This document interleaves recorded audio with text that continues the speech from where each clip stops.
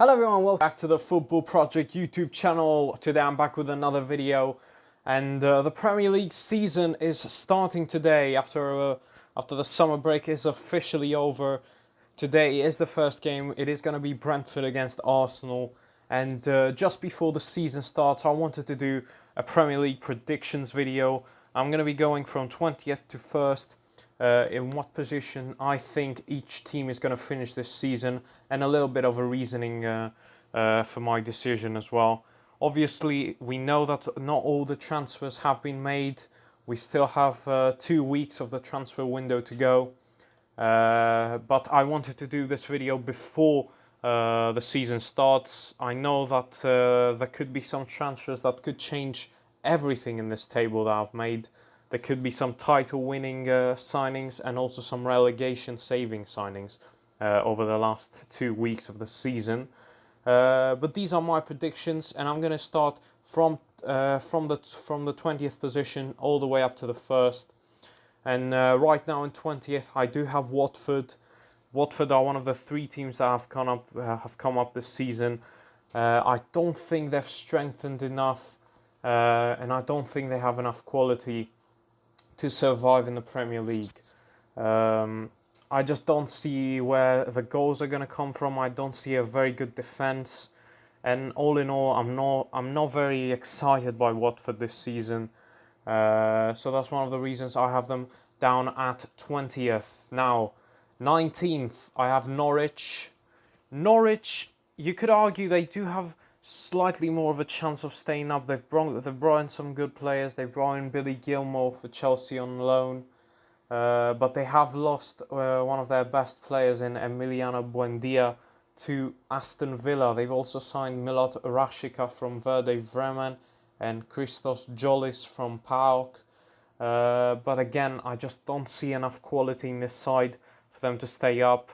And that's why I'm going to be putting them down at 19th, and they will be going straight back down to the Championship.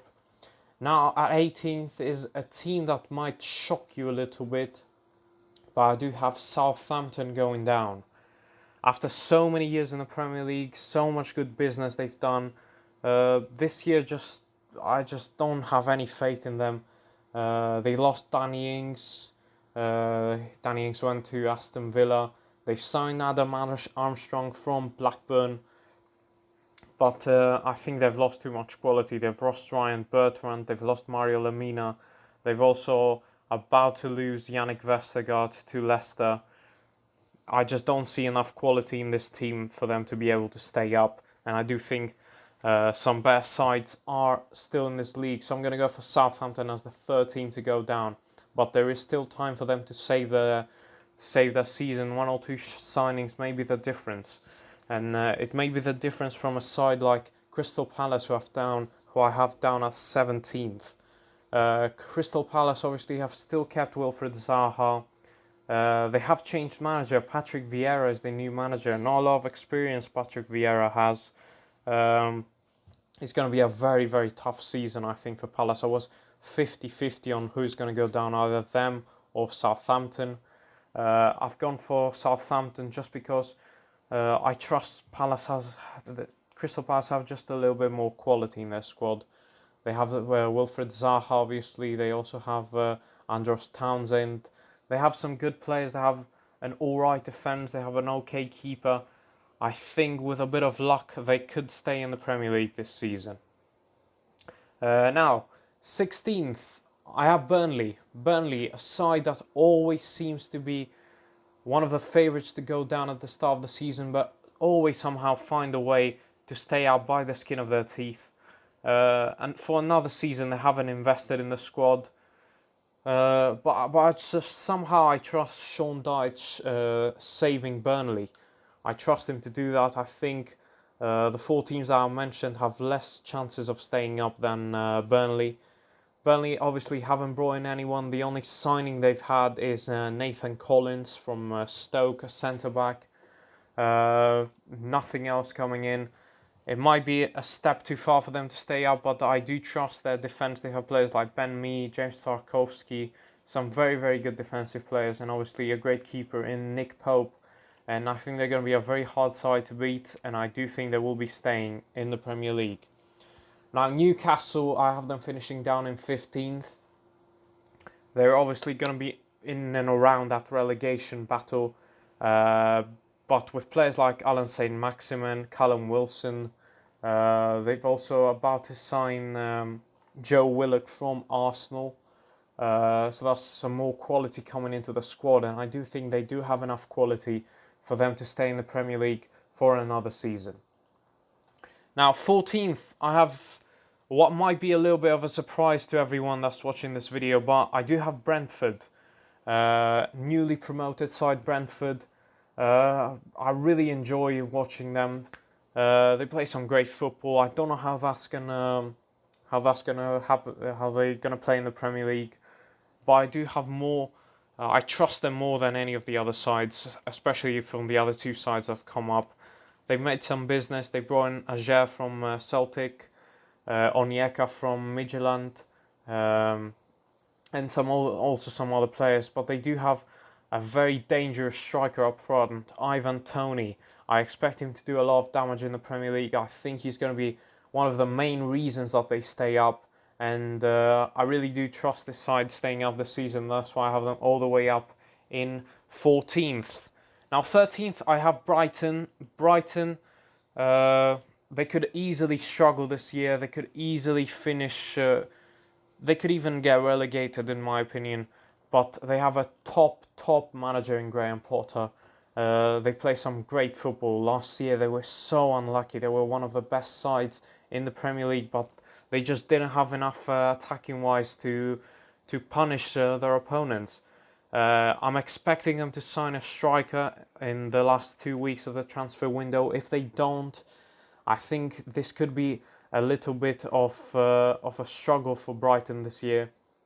Because last season they've had everything there, were perfect in every position. They just couldn't finish the chances that they were creating. I do trust them to sign a striker, and I do trust them to stay up. Even though they have lost Ben White to Arsenal, they've gone a very hefty amount for him, and I think they're going to put that into a new striker, and they are going to be fine this season. Now 12th is Everton. Everton, after all that great stuff they did last year, it seems like the club has gone in free fall this season. Not many signings, nothing special. Just the one signing of Damari Gray from Bayern Leverkusen. They've also brought in Begovic and Townsend as a free transfers. They haven't improved the squad. They lost their manager. They have appointed Rafa Benitez. So the style of play is going to change quite a bit. But they do still have enough with players like Calvert-Lewin, Richarlison, and James Rodriguez if he's going to be playing this season. I don't know if he's going to be playing or not.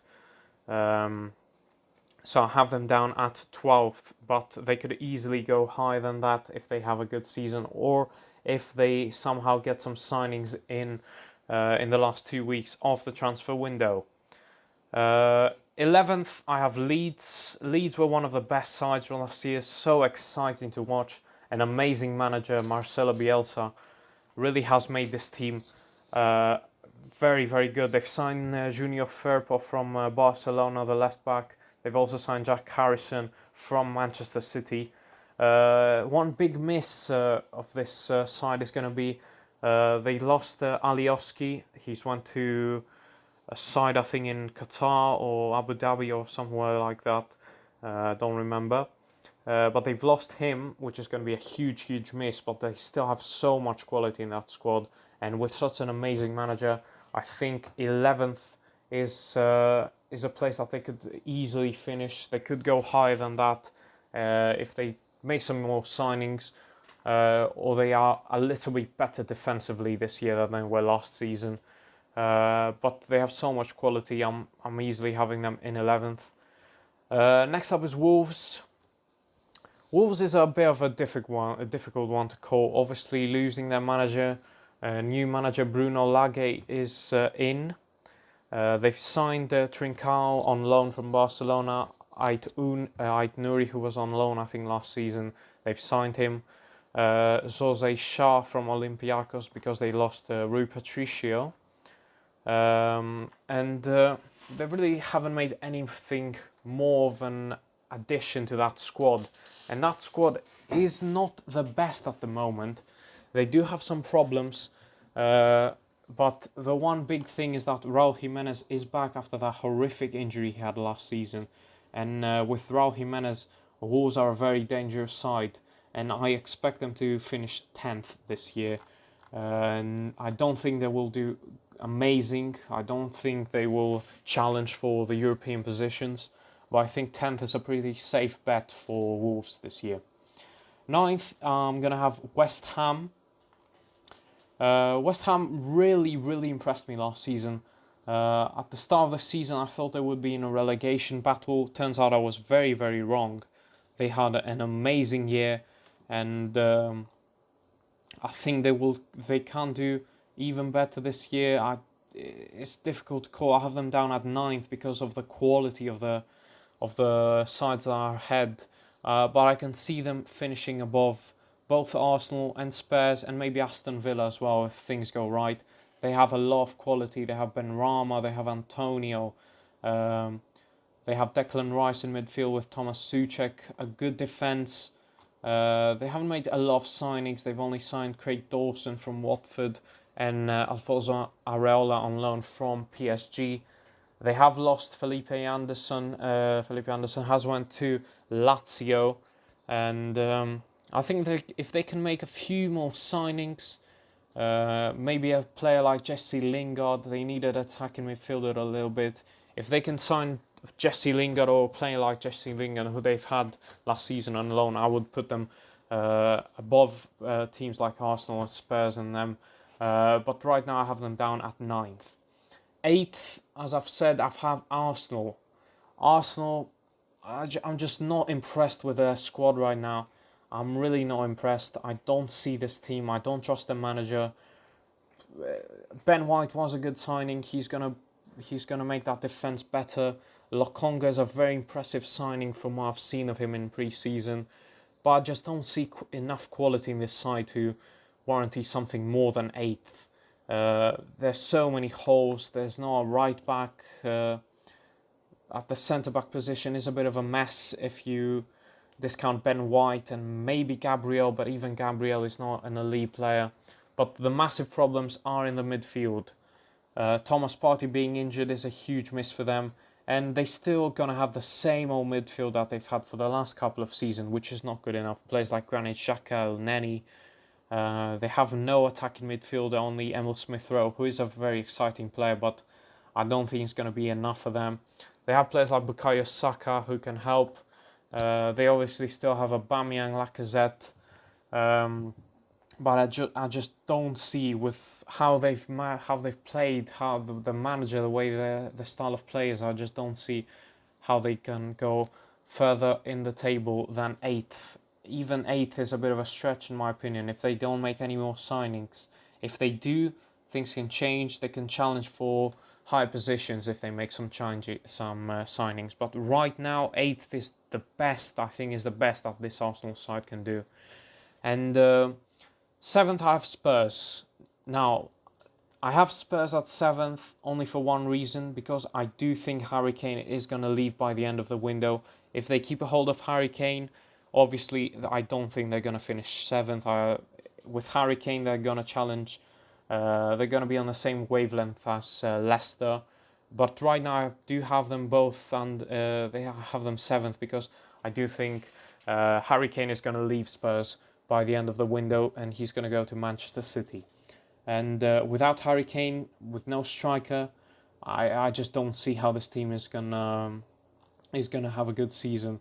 Nuno Espirito Santo is the manager. He's a new manager in this side. They don't have amazing options. They've made a few good signings. They've signed Christian Romero from Atalanta, who's a very good centre back. I think he's going to help them out a ton at the back. But they have lost Danny Rose, they've lost Toby Alderweireld and Eric Lamela as well. They've also signed Brian Gill from Sevilla. I haven't seen enough of him to tell you all the things that he will bring to the side. They still have Reguilon, they still have some good players, I think they're going to finish 7th just because I don't think Harry Kane will be there come September 1st. Next up, in the 6th position, I have Aston Villa. And Aston Villa, I think, might have had the best window out of everyone. They've obviously lost Jack Grealish, which is a huge miss. But getting £100 million for him is a good deal by all means. He's going to be a huge miss. I don't know how you replace a player like Jack Grealish, but they've tried their best. They've brought in Emiliano Buendia from Norwich, who's an amazing player.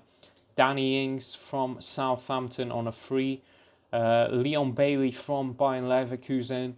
They've also brought in Ashley Young, Axel Tuanzebe from Manchester United on loan. And these are 6 great signings. And obviously, 5 great signings. They've also brought in Lovre Kalinic, I think, as a backup keeper to Emiliano Martinez. But they have an amazing squad. I see talent in every single position. They have many options up front. They have Watkins, they have Ings, they have so many wingers, so many attacking options. If anything, I think they might have a little bit of a problem in midfield, but I think they will be good enough to finish above both Arsenal and Spurs come the end of the season. Now 5th, I do have Leicester. Leicester every single year keep on impressing me with their business, and this year has been no different. Ryan Bertrand coming in on a free from Southampton. Patson Daka coming in for as another option for going forward, and also Boubakary Soumare, who's an amazing defensive midfielder, such a good player, amazing pickup from Leicester, and they're also going to sign Yannick Vestergaard in the next couple of days from Southampton. Because of the problems right now that they have defensively, because they have a lot of injuries at the back, and they might struggle at the start of the season, but I think come the end of the season, I think they will be in that Europa League spot. I think they will be finishing 5th. I don't see them this season challenging for anything more than that, but I would not be surprised if they do, because the quality that this side have. If the injured players come in, players like Fofana, who's going to have a bit of a long-term injury. I think Johnny Evans needs to come back, because right now the only fit centre-back that they have is Soyuncu, and that's just not enough to challenge for that top 4. But in every other position they have an elite player, and let's not forget they still have Jamie Vardy. Even though he struggled a little bit at the end of last season, he's still one of the best strikers in the league. And they also have Kelechi and Nacho, Patson Daka, so many options. I think Leicester is a safe bet to finishing 5th.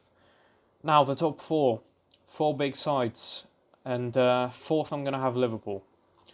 Liverpool I might have them a little bit too far down, but I just don't see enough options off the bench. They have an amazing starting 11, but if injuries start to pile up again, and they've already started because Andrew Robertson is injured for the first 4 to 6 weeks, I think, of the season. He's going to be injured.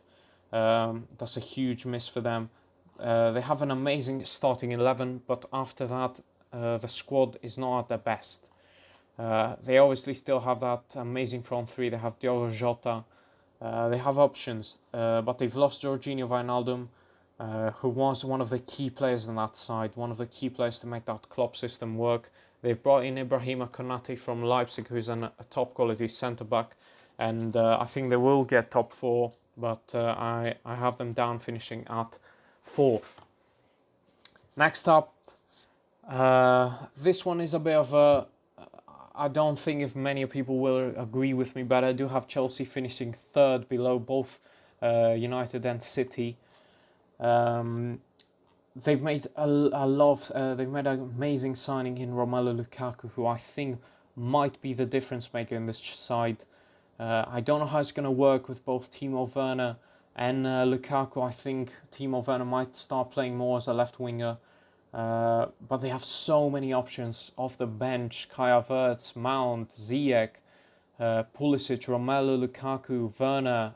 They still have Abraham, even though I think they're going to sell him. They have so many options going forward. They have an amazing midfield with Jorginho and Kante, Kovacic, many great players, but they might struggle a little bit defensively. They have a great keeper in Mendy, but defensively, I don't trust them enough still. They have Ben Chilwell at left back with Reece James right back. They have a few centre backs. They have Rudiger, Christensen, Zuma, and obviously Thiago Silva, who's getting on in age a little bit. But the only reason why I don't have them in the top two is that defence. I trust Thomas Tuchel. They should be able to mount a title challenge this season, but I just don't trust them defensively enough to have them above United and City. And talking about United, I do have them finishing down in second.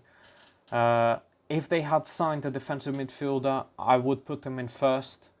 But I do think City are going to sign Harry Kane, so that's why I have them down as champions again.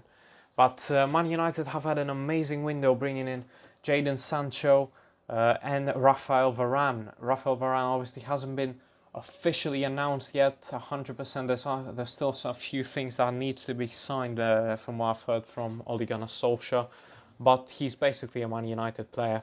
And with that defence, it's very, very solid. Aaron Wan-Bissaka, Harry Maguire, Rafael Varane and Luke Shaw is a very, very good defence.